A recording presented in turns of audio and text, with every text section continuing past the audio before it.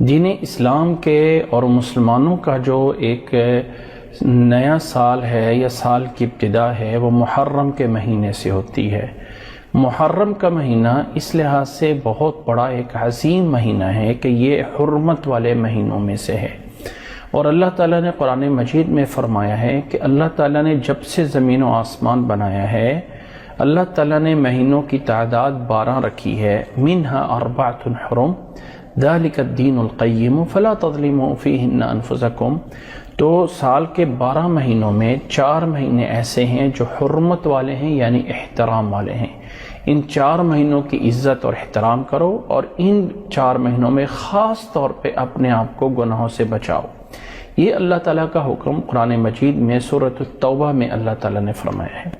یاد رکھیں کہ یہ جو 4 مہینے حرمت والے ہیں ان کے اندر ذوالقعدہ، ذوالحجہ اور یہ تیسرا مہینہ محرم الحرام کا ہوتا ہے، اور چوتھا مہینہ رمضان کے مہینے کو چھوڑ کر اس سے پہلے ایک مہینہ چھوڑ کے اس سے پہلے شعبان ہوتا ہے، اور شعبان سے پہلے رجب کا مہینہ ہوتا ہے۔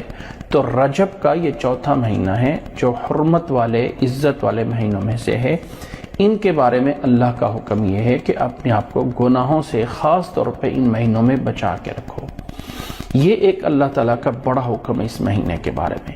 دوسری بات سمجھ لیں کہ محرم الحرام کا مہینہ عبادات کے اعتبار سے اسی طرح کا عام مہینہ ہے جس طرح کے باقی مہینے ہیں۔ کوئی ایسا کہنا کہ اس محرم الحرام میں کوئی اسپیشل اور عبادت آ جاتی ہے، ایسا نہیں، سوائے اس کے کہ رسول اللہ صلی اللہ علیہ وسلم نے اس محرم الحرام کے مہینے میں 2 دن کا روزہ رکھنا، 9 تاریخ جو محرم کی ہے اور 10 تاریخ جو محرم کی ہے، اس کا روزہ رکھنا، جس کو احادیث میں یوم عاشورہ کا روزہ رکھا جاتا ہے کہ یوم عاشورہ اللہ کے نبی صلی اللہ علیہ وسلم نے جب مدینہ منورہ تشریف لائے تھے تو یہود اس کا روزہ رکھتے تھے۔ تو اللہ کے نبی صلی اللہ علیہ وسلم نے یہود سے پوچھا کہ کیوں روزہ رکھتے ہو؟ تو انہوں نے بتایا کہ اس دن موسیٰ علیہ السلام کو فرعون سے نجات ملی تھی۔ تو اللہ کے نبی صلی اللہ علیہ وسلم نے فرمایا تھا نحن احق بموسیٰ، ہم موسیٰ کے زیادہ حقدار ہیں، زیادہ قریب ہیں۔ تو اللہ کے نبی صلی اللہ علیہ وسلم نے یہ یوم عاشورہ کے 10ویں کا روزہ رکھا، اور پھر اللہ کے نبی صلی اللہ علیہ وسلم یہود کی مخالفت کرتے تھے۔ تو آپ صلی اللہ علیہ وسلم نے فرمایا کہ آئندہ سال ہم 9 تاریخ کا روزہ بھی ساتھ رکھیں گے۔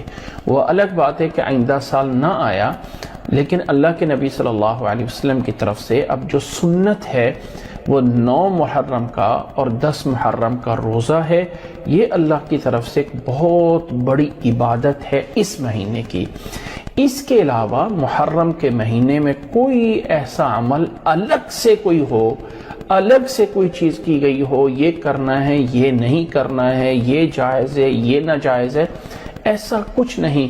انسان کہے کہ محرم کے مہینے کی وجہ سے میں لوگوں کو دعوتیں کر کے کھانا کھلا رہا ہوں، لوگوں کے لیے پانی بنا کے انہیں جو ہے وہ پلا رہا ہوں، تو اگر کوئی ایسا عمل محرم کے مہینے کے ساتھ وہ اٹیچ کرتا ہے تو یہ اللہ کے سے یا اللہ کے رسول صلی اللہ علیہ وسلم سے ثابت نہیں ہے، یہ بدعت ہو جائے گا۔ ویسے عام مہینوں کی طرح کوئی صدقہ خیرات کرتا ہے تو کوئی حرج نہیں ہے، لیکن اسپیشل محرم کے مہینے کو بیس بنا کے کہ اس میں کوئی اسپیشل کوئی ایک نیکی آئے گی، اسپیشل کوئی الگ سے جو ہے صدقہ ہوگا، تو یہ جائز نہیں۔ خاص طور پہ 9 اور 10 تاریخ کو کہ اللہ کے رسول صلی اللہ علیہ وسلم کی طرف سے روزہ رکھنے کا حکم ہے، اور اس دن لوگ پانی لگا کے بیچ رہے ہوتے ہیں۔ ایک تو ہے نبی کی سنت پہ عمل نہ کرنا، اور ایک ہے اس کی مخالفت کر کے لوگوں کو اس ٹائم پہ کھانے کھلاتے رہنا۔